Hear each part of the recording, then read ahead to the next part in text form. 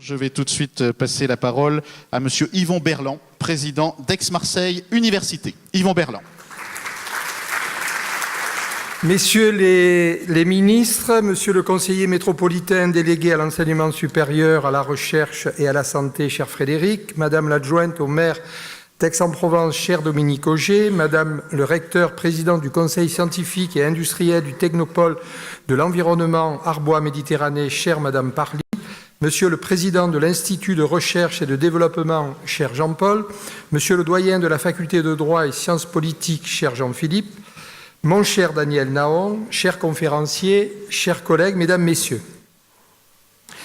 10 ans déjà, 10 ans que sont nées ces tables rondes de l'Arbois à l'initiative d'un homme, mon ami Daniel Naon, à qui je veux rendre hommage et qui a eu la brillante idée d'organiser cet événement pour réconcilier le citoyen avec la science en faisant appel aux plus grands spécialistes pour porter le débat et éclairer le citoyen à comprendre la recherche, à questionner le progrès et à stimuler l'esprit critique.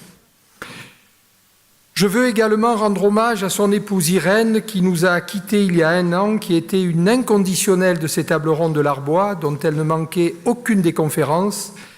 Que cette 10e édition lui soit dédiée, si tu permets, bien sûr, Daniel.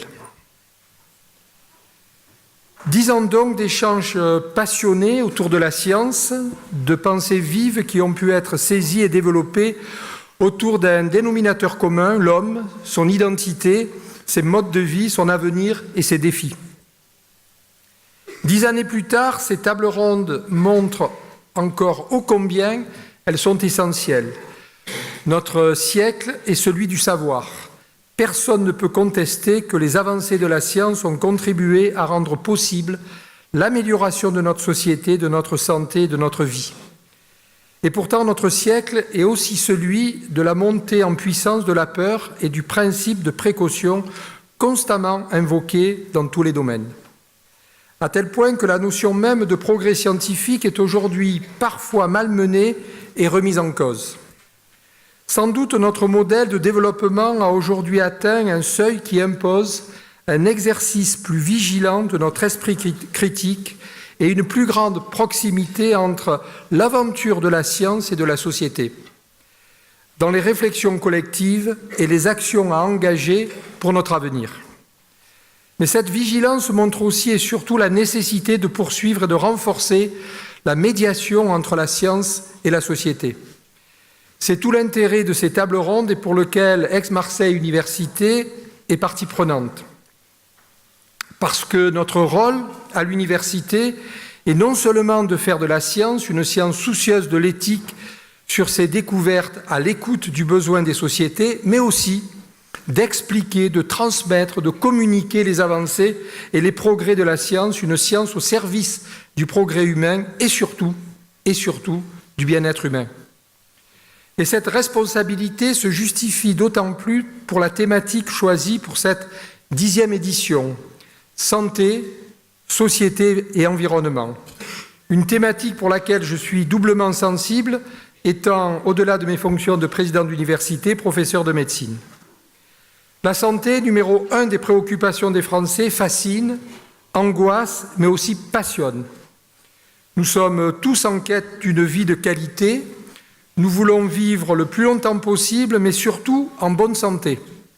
L'essor de la médecine a permis ces siècles derniers des progrès scientifiques spectaculaires sur l'espérance de vie et la santé publique, mais être en bonne santé aujourd'hui, dans nos sociétés actuelles, cela ne se résume plus à être bien que physiquement.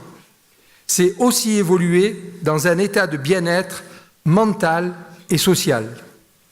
Si chacun de nous peut aujourd'hui, au moins en partie, faire ses propres choix pour sa propre santé, il n'en demeure pas moins que les questions de santé renvoient aussi à des choix collectifs. Car le progrès scientifique et technique a eu comme corollaire de dégrader l'environnement des humains, se retournant indirectement contre lui. Demain, nous aurons à faire face à un réchauffement inéluctable de notre planète et les maladies encore confinées dans les régions chaudes s'empareront des régions tempérées. Plus que jamais, la santé des hommes devient un problème d'intérêt global. Environnement d'aujourd'hui, santé de demain, comme le formule l'OMS.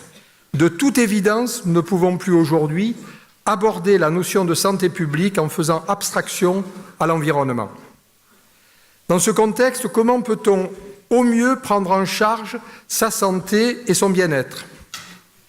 À quoi faut-il croire? Que faut-il espérer? À qui se fier?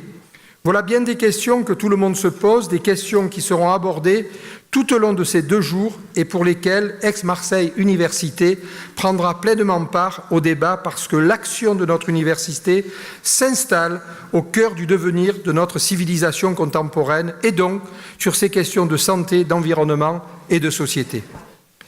Quand la médecine se pose la question de l'interdisciplinarité, doit-elle travailler avec des chimistes, des physiciens, des biologistes, des informaticiens? La réponse est bien évidemment oui.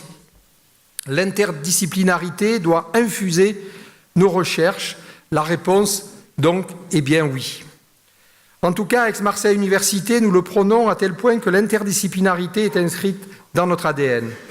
Pour favoriser l'interdisciplinarité, notre université s'est structurée autour de 5 pôles de recherche interdisciplinaires et intersectoriels: l'énergie, l'environnement, la santé et les sciences de la vie, les sciences et les technologies avancées, les sciences humaines et sociales. Ces pôles permettent d'encourager les collaborations, les complémentarités autour des grands défis de société, tout comme ils permettent de faire émerger de nouveaux champs transverses comme les humanités numériques, le big data, la e-santé, l'intelligence artificielle, des champs transverses qui sont de véritables vecteurs de progrès et d'innovation sociétale.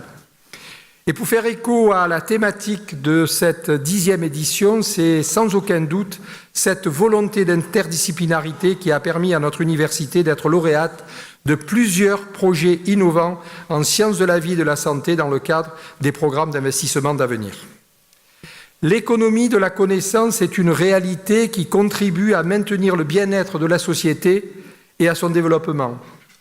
Les universités sont un élément essentiel de cette économie en préparant les jeunes générations au monde complexe qui se dévoile, à devenir des citoyens qui devront y apprendre tout au long de la vie pour exercer des métiers évolutifs, à s'adapter aux techniques qui manient les données massives résultant de l'incroyable accumulation des connaissances, mais aussi en les préparant à une réalité scientifique qui ne doit pas être coupée des valeurs morales.